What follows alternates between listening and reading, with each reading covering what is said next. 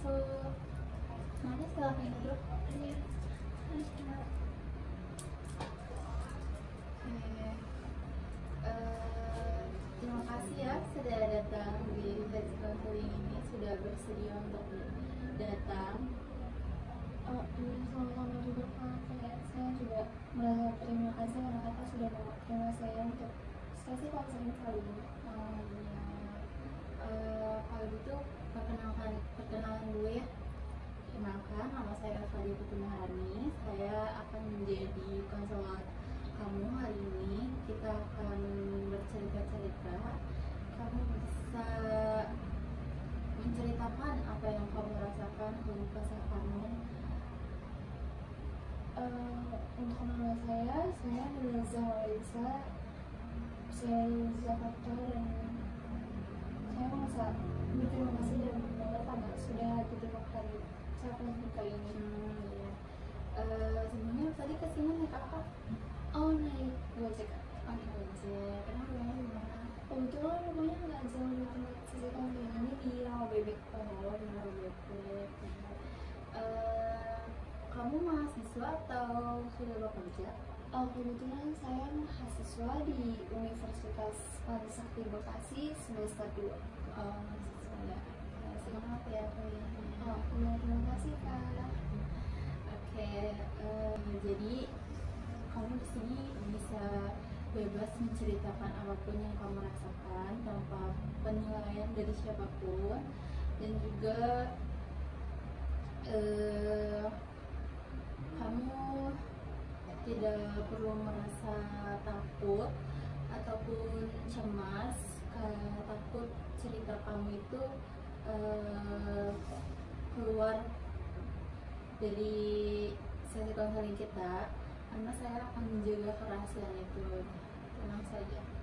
Iya kayak ya sebelumnya saya terima kasih banyak banget sama Kakak karena udah ngasih warning kalau misalkan cerita saya nggak akan keluar atau nggak ada yang jauh. Kayak saya juga sebelumnya merasa kayak gugup karena kalian ikut konseling juga, dan saya takut kayak cerita saya sebar mana. Itu wajar kok, karena kan memang kita belum punya pengalaman ikut konseling ya. Iya. Nah, kamu di sini tuh bebas banget. Kamu boleh bercerita ketika kamu sudah merasa nyaman. Kamu tidak perlu takut saya akan menghakimi kamu dari cerita kamu atau dimanapun, karena di sini saya akan terbuka dan kamu juga harus terbuka. Saya akan menjaga rahasia kamu. Begitupun juga sebaliknya. Ya saya merasa saya udah menarik kepercayaan kepada Kakak, dan semoga dengan percaya saya ini saya bisa melewati segala masalah yang saya Ya, jadi tadi Mbak Dela ya namanya? Iya. Ya, Mbak Dela boleh menceritakan apa yang Mbak Dela rasakan ketika Mbak Dela sudah merasa nyaman. Kalau Mbak Dela belum merasa nyaman, kita bisa lanjut ngobrol singkatnya. Kalau untuk masalah saya ini merasa kalau misalnya saya ini kurang tidur, susah tidur, terus susah untuk fokus dalam belajar di kelas, bisa kampus, juga susah untuk memproses segala materi yang dosen sampaikan, dan juga saya merasa akhir ini sering capek dan habis tenaga. Jadi Mbak Dela walaupun lagi ada di kelas, tapi pikirannya kemana-mana ya, susah fokus.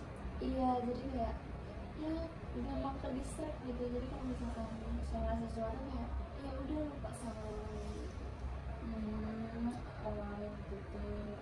Jadi walaupun Mbak Dela sudah berusaha untuk fokus, tapi mungkin ada sesuatu yang akan mendistract Mbak Dela ya, yang membuat Mbak Dela jadi nggak fokus ada di kelas.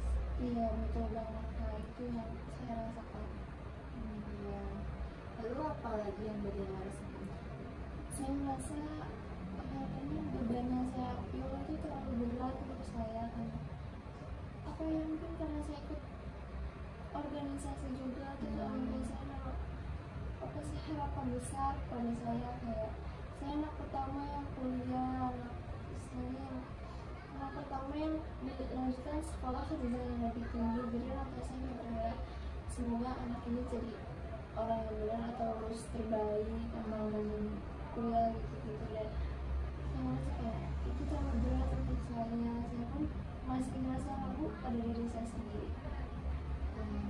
Itu masalah yang cukup berat ya kalau kita pikir sendiri.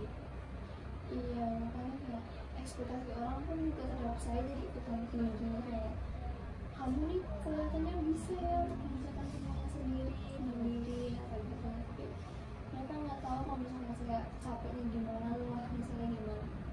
Ya kamu pasti pengen banget dipahami, tapi kembali lagi kalau kamu itu harus dipaksa untuk puas, kamu dipaksa untuk bisa di hadapan orang lain karena kamu sendiri juga merasa capek.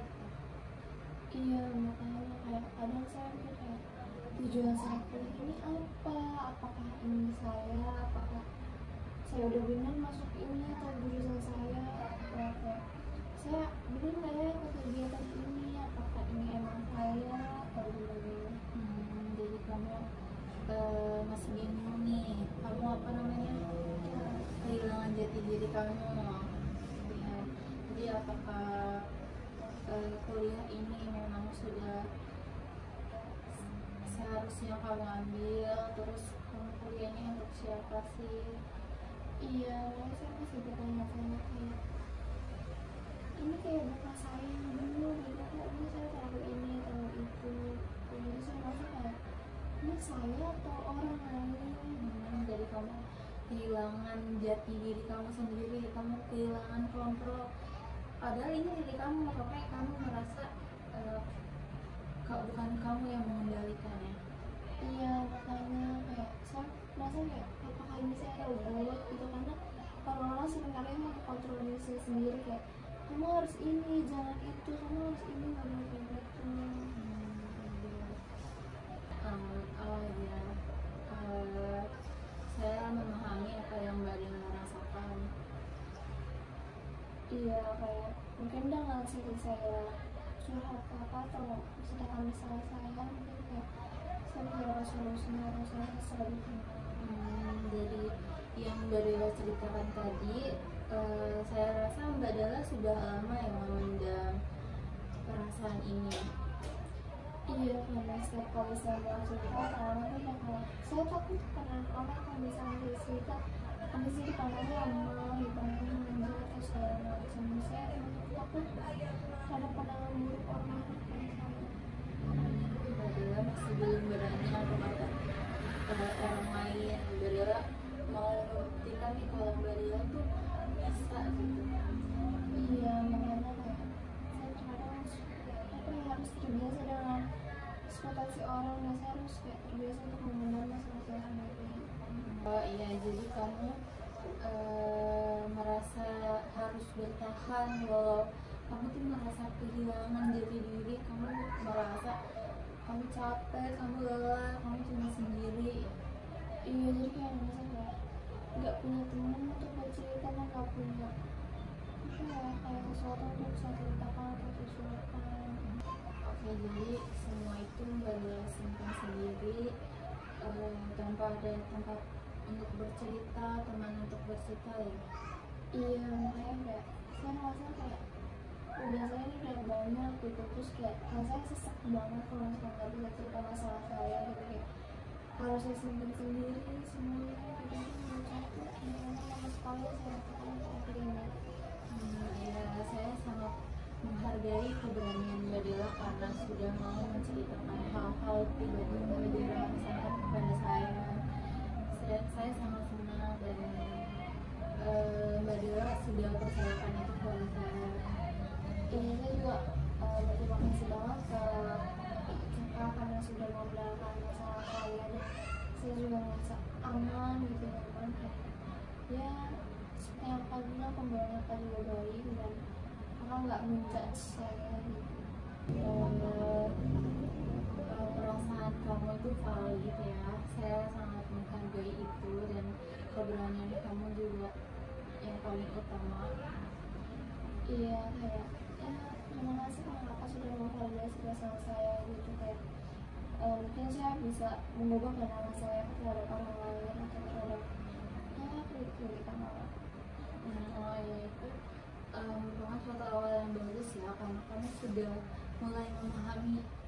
demi sedikit apa yang kamu butuhkan. Iya, kayak tadinya saya nggak tahu harus gimana, sekarang saya harus tahu kalau misalkan kayak semua masalah itu bisa pulang sendiri. Mbak Dela, kalau misalnya hari ini itu Mbak Dela boleh pilih apapun yang ingin Mbak Dela lakukan tanpa tekanan, tanpa paksaan, tanpa ucapan dari orang lain gitu, apa yang akan Mbak Dela lakukan? Mungkin sebagai pilihan atau sebagai contohnya, mungkin saya bakal menulis cerita atau menulis keluh kesah saya sendiri di buku. Oke, menulis itu juga bagus ya, itu merupakan ide yang bagus karena menulis itu juga suatu bentuk mengekspresikan diri kita. Jadi Mbak Dela bisa tulis apapun Mbak Dela rasakan, jujur sama diri sendiri, itu yang paling penting. Iya, makanya kayak ya mungkin tulisan saya nggak akan bagus, tapi ya mungkin tulisan akan jujur dan semuanya itu dari saya. Oh iya, betul juga. Dan kami juga bisa nih mulai mengamati di sekitar kamu apa yang membuat kamu hidup dan apa yang ada di sekitar kamu nih, apa yang kamu suka gitu.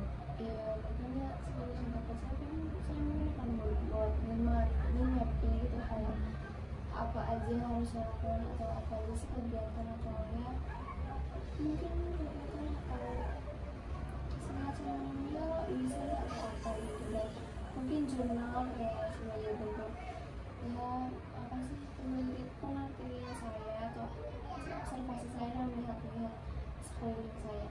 Oke. Oh, itu juga sangat bagus ya, karena Mbak Dela harus tahu kalau misalnya kita tuh gak harus sempurna loh.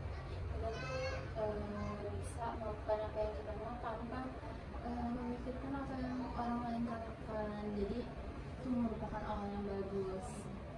Iya, mungkin kayak saya akan mulai terbiasa dengan kritikan atau pandangan orang terhadap saya. Itu juga suatu hal yang bagus ya, Mbak Dela sudah mulai menyadari nih kalau misalnya hal apa yang Mbak Dela rasakan itu tidak boleh dipendam. Iya, ini kayak apa ya, pokoknya kalau dipendam semakin lama semakin saya semakin bingung dan semakin mengalami diri saya sendiri. Betul sekali. Dari tadi kan kita udah banyak nih bicara-bicara, apa sih yang bisa Mbak Dela simpulkan dari pembicaraan kita hari ini, apa yang Mbak Dela dapatkan?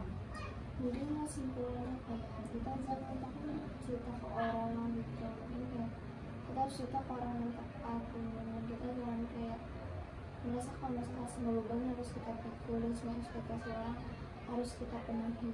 Iya, betul sekali, karena ini tuh diri kita ya, ini milik kita, bukan milik orang lain. Jadi kita boleh mendengarkan kata orang lain, tapi hanya sekali, tidak untuk kita dengarkan terus menerus, kita ikuti terus menerus ya.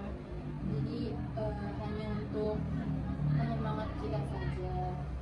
Iya, mungkin kayak kita juga jangan sampai kehilangan diri kita sendiri atau kontrol terhadap diri sendiri, atau kehilangan kita semua harus ikutin semua apa kata orang atau semua ekspektasi orang tentang diri kita atau apa yang mereka suruh untuk kita. Ya, betul banget. Terima kasih ya Mbak Dela karena sudah menyempatkan waktu untuk hadir di sesi konseling kita hari ini. Iya, saya juga terima kasih sama kakak karena udah mau terima saya nih untuk sesi konseling kali ini dan sudah mengundang saya, sudah mengundang sih kayak mengundang saya untuk ya sesi ini. Ya, sampai jumpa di pertemuan berikutnya ya. Iya, sampai jumpa juga kan untuk konseling selanjutnya. Terima kasih. Terima kasih kak.